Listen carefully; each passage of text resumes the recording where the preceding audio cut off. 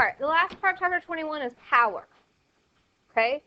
So we can never prove that a null hypothesis is true. And we've talked about that. You can't prove that it's true. We can reject or we can fail to reject, but we don't actually for certain know what's happening. We only know what happened in our sample, and that's why we made a certain conclusion. It would be nice to know how then our conclusion of how strong of a conclusion that is. All right, so that's why we have the power of the test. So the power of the test is the probability that it correctly rejects a false null hypothesis.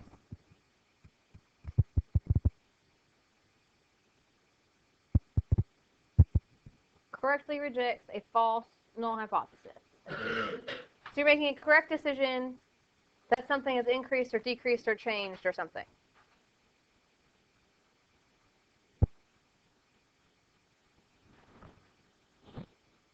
We talked a little bit yesterday about how alpha is the probability of a type 1 error. It's also your alpha level. They're both the same. And so beta is the probability of a type 2 error.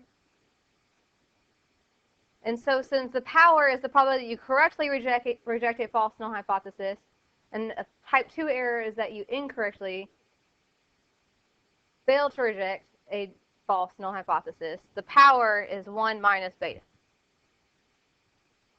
You're never going to have to actually calculate a value. But it's important to understand how all these things are related to answer the question. You'll be able to give an actual probability for alpha because you'll have a significance level. But you won't have a beta generally, and you won't have to actually calculate what the power is. Now, you want the power to be as large as possible, right? You want to be able to make the correct decision. So that all depends on the effect size. And what that means is you have, in your hypothesis test when you do one, you have some proportion that you use for your null hypothesis. At the time when we do our hypothesis test, we think that's the true population proportion. That is what we think is actually happening, and then we say, we hypothesize the alternative that something is changing. But our null is that we think, so far, this is what has always been true. Then if you go through and you reject that null hypothesis, then that P isn't actually the true population proportion anymore. You rejected that, then you think that the P has changed, right? And it hasn't changed to whatever your sample is, it's just changed. So you have two different P's here. Not P hat and P, but you have two different P's. You have P naught, or P sub 0, which is what you said was in the null hypothesis. This is what you thought was happening. Then when you reject that hypothesis, you have P, what is actually happening. There's no way for you to know what that is at the time. But you have two different values once you reject. So the effect size is how far apart those are. So if you have, I'm just making up hypotheses about nothing. If you think that the proportion is equal to 0.3, we do a test and we're looking to see if it's less than 0.3, and we reject that it's 0.3, that means we're saying it's changed, it has decreased. Then this is P sub 0, and then P is somewhere less than 3, but we don't, 0.3, but we don't know what it is. All right, we've said it's changed. We just don't know what that value is anymore. Okay, so if they're really close together, again, we don't know what P is, but if they're really close together, so if P naught is like 0.3 and P is then 0.29, that's not a very large distance between those two, or a very large difference. So we're still probably going to have a chance to fail to reject or reject, so a probability of making an error, right? If they end up being really far apart, we thought the population proportion was 0.3, but now it's 0.15. Well, then when we do our test, we're probably going to end up rejecting because they're so different, all right? So the more different they are, the stronger the power is, or the greater the power is, because we have a larger chance of rejecting that hypothesis. Does that make sense? All right, so in this picture, these are some things you should need to realize about how things are related. I'm just going to give a general idea here. You have two different models they've lined up. Keep this in mind. There's two different models. One has P sub 0, all right? And in the top model, we're assuming the null hypothesis is true, okay? When you do a hypothesis test, you assume the null hypothesis is true all the way through, right? And so the probability of a type 1 error is alpha, and we can set that from the very beginning before we do the test. We can say we're going to use significance level of 10%. Then I know there's a 10% chance we're going to make a type 1 error. We talked about that yesterday, right? Now, beta is not the complement of alpha. So this is not beta over here. Okay, that's not what that is.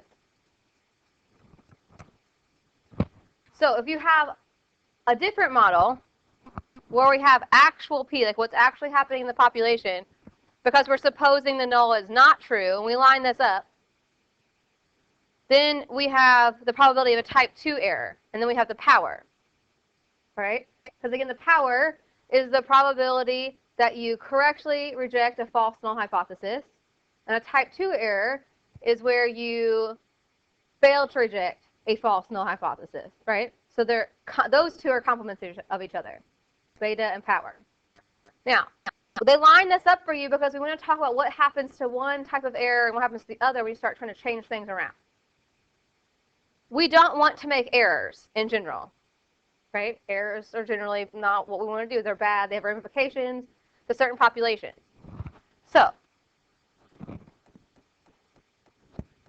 let's say at the very onset of the question, I decide that I do not want to make a type 1 error. I want that probability to be low, right? If I lower the probability of a type 1 error, then alpha is just this section over here, right? When I do that, the probability of type 2 error increases. They're not direct complements, but it's increased. And because the probability of a type 2 error has increased, my power has decreased. Okay? Those are all related. If I do the opposite, let's say I would rather make a type 1 error than a type 2. Then if I move this line and I make alpha larger, right? If I give myself more room to make a type 1 error, I'm only giving myself this much space, so less space to make a type 2 error. So by increasing alpha, I've now increased the probability of type 1, decreased the probability of type 2, and increased the power. If you increase the power, again, that's just giving yourself a larger probability that you're going to correctly reject a false null hypothesis. So all three of those things are working in tandem. The only two that are direct complements, though, are type 2 error and power. All right, so if your alpha is 0.05, beta is not 0.95. That's not how that works. Okay? Does that concept make sense, though? When you start shifting things around, you're going to shift other stuff. So there's only one way then, because we don't want to make errors, there's only one way then to decrease both errors at the same time. All right?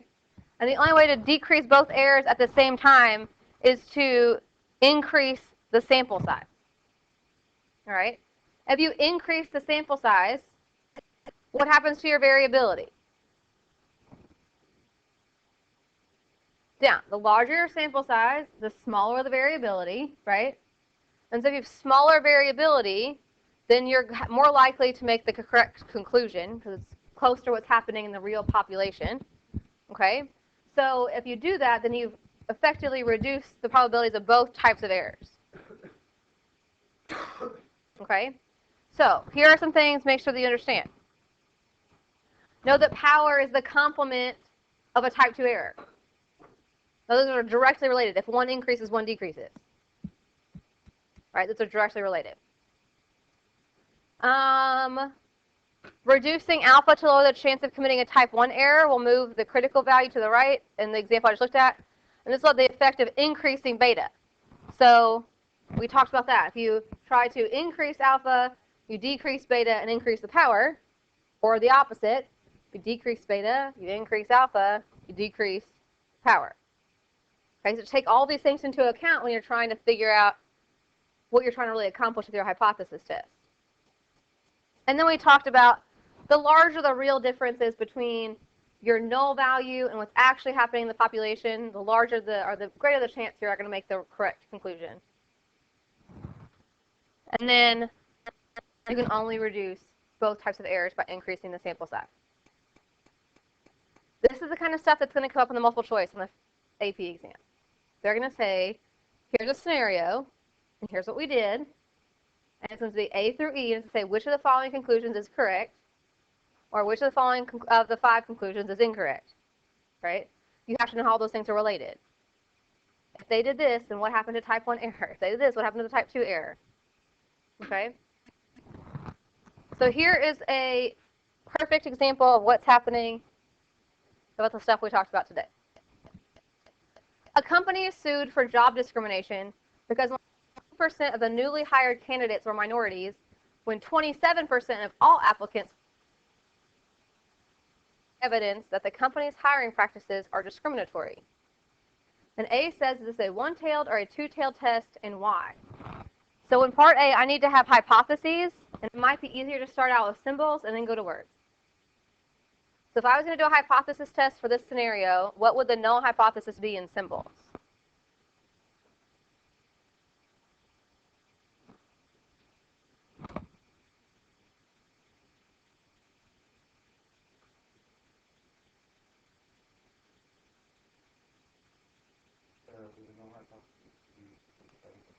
Yeah, P equals 0.27. The percent of the minority is hired should match the percent that it applies. And then our alternative would be that it's less than that. So I can answer part A just with that. Is this a one-tailed or two-tailed test? One-tailed, because we're just looking to see if there's been a decline. Now, I might need this in sentences or word format in order to do the type 1 and type 2 errors. So your null hypothesis is that the company is not discriminating.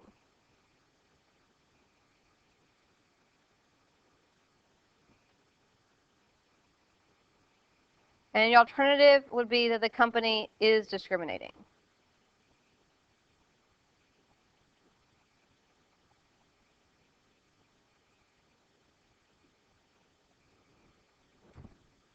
So, a type 1 error. In general, what is a type 1 error?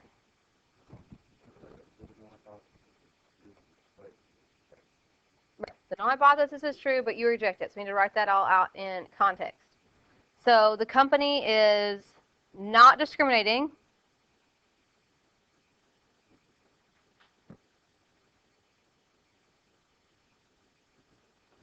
But, and in this context, I don't really know who is rejecting, right? It says they got sued. So somebody or the court system or somebody has decided at the end of all this. Someone claims they are. Right? Type 1, the null hypothesis is true, but we reject it. All right, and a type 2 error. What is a type 2 error in general? Right, the null hypothesis is false, but we failed to reject. So type 2, the company is discriminating,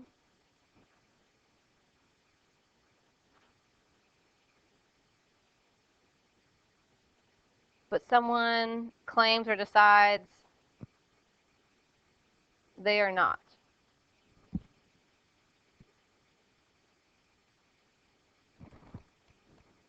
Part D.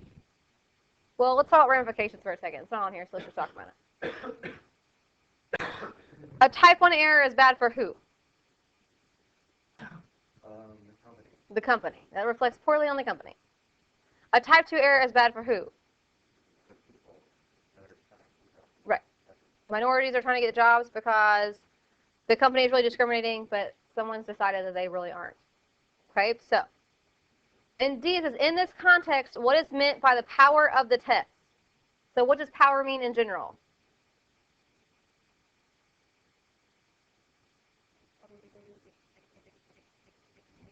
Right. The power is the probability that you correctly reject a false null hypothesis. So the power is the probability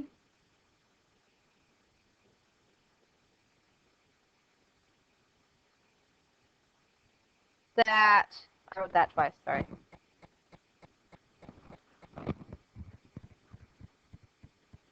The company is discriminating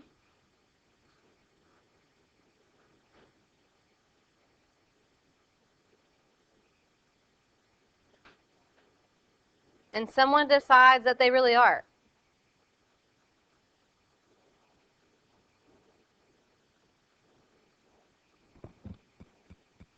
Right? Correctly reject a false null hypothesis. So obviously the alternative is true, and we want to make sure that we get that. So questions about power and what that is.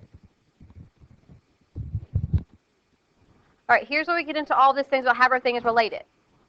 In part E, if the hypothesis is tested at the 5% level of significance instead of 1%, that means they started with an alpha level of 0.01, but they decided to change their mind to an alpha level of 5%. Okay? From 1% to 5%. How will this affect the power of the test? It's easier to go through this as a ladder. Okay? So what happens to the probability of a type 1 error? So you go from 1% alpha level to 5%. What happens to the type 1 error probability? That increases, right? Because that's what alpha is. We just talked about that if a type 1 increases, what happens to type 2? It decreases, right? And then we talked about that the power is the complement of type 2. So if type 2 decreased, then the power increased.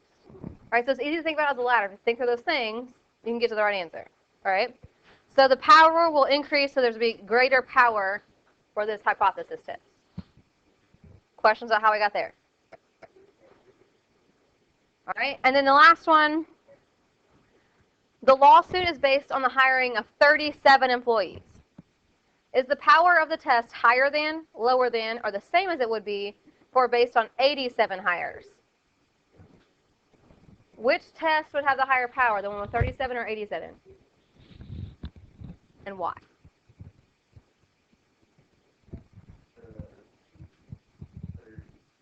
No, the 87. 87 people would have a higher power because, right, if you increase your sample size, you decrease both types of errors, right? And if you decrease the type 2 error, you increase the power, right? So the lawsuit says, that is the power that's higher than, lower than, or the same as it would be if it were based on 87? Well, the answer is lower than, because we're basing it on 37 instead of 87, right? But again, same thing. It's like a ladder. You increase in, so you increase the sample size. That effectively decreases both types of errors. That has like a million R's. Oh, that's right. And if you decrease both types of errors, same thing. If type 2 decreases, then the power has to increase. There we go. All right? So you have to know how those things are interconnected. That's pretty much what Chapter 21 is all about. We're talking about errors that could be committed, probabilities of those errors being committed, the ramifications of those errors that are committed, and then talking about, well, how is power related to that, and how is sample size related to that, and if I do this one thing, what happens to this next thing? All right? Remember, we're not having a quiz over Chapter 21 by itself. It'll be Chapter 21 and 22 mixed together next Thursday.